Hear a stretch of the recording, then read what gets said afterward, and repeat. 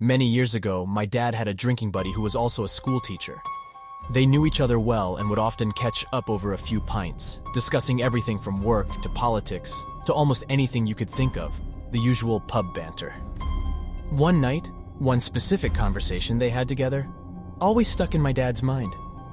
It was a quiet midweek evening, and their local was quite empty with just a few of the regulars propping up the bar. As they sat there, the conversation ebbed and flowed between the drinkers and the staff, eventually landing on the topic of ghosts. More specifically, did they exist? And had anyone there ever seen one? Of course, as these things go, they all took turns describing strange supernatural occurrences, things that go bump in the night. All of the stories were the same in that they were secondhand in nature. The accounts were of friends, family, and acquaintances who had encountered the paranormal, but no one there could claim to have seen a ghost themselves. No one but for the school teacher. The story he told my dad and the others there that day was that he had been privy to something quite frightening a few years earlier. In a suburb of Glasgow called Govanhill, he had an aunt. The man was caught between moves and needed somewhere to sleep for a few nights, and so she happily took him in.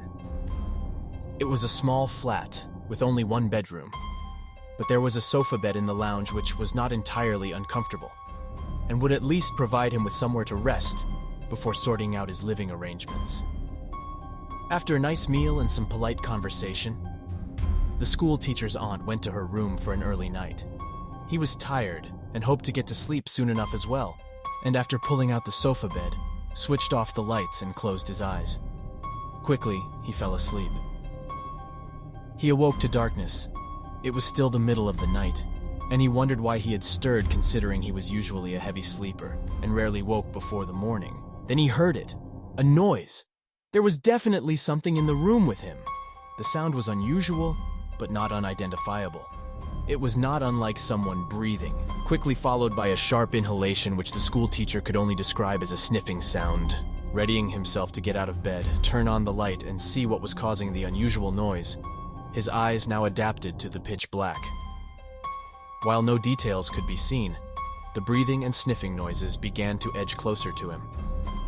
He was now convinced that there was something unwelcome in the room with him, and by the shuffling noise which now accompanied it, he was certain it was substantial. Of course, he was panicked.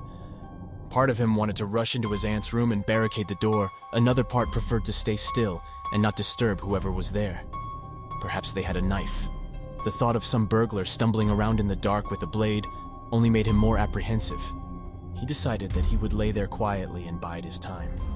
Maybe the housebreaker would just take something and leave without altercation. But then what of his aunt? Had she been hurt? Then, a warm, moist breath blew across his face as someone leaned over him. Trembling, he reached out his hand instinctively, touching something cold and damp hovering only inches away.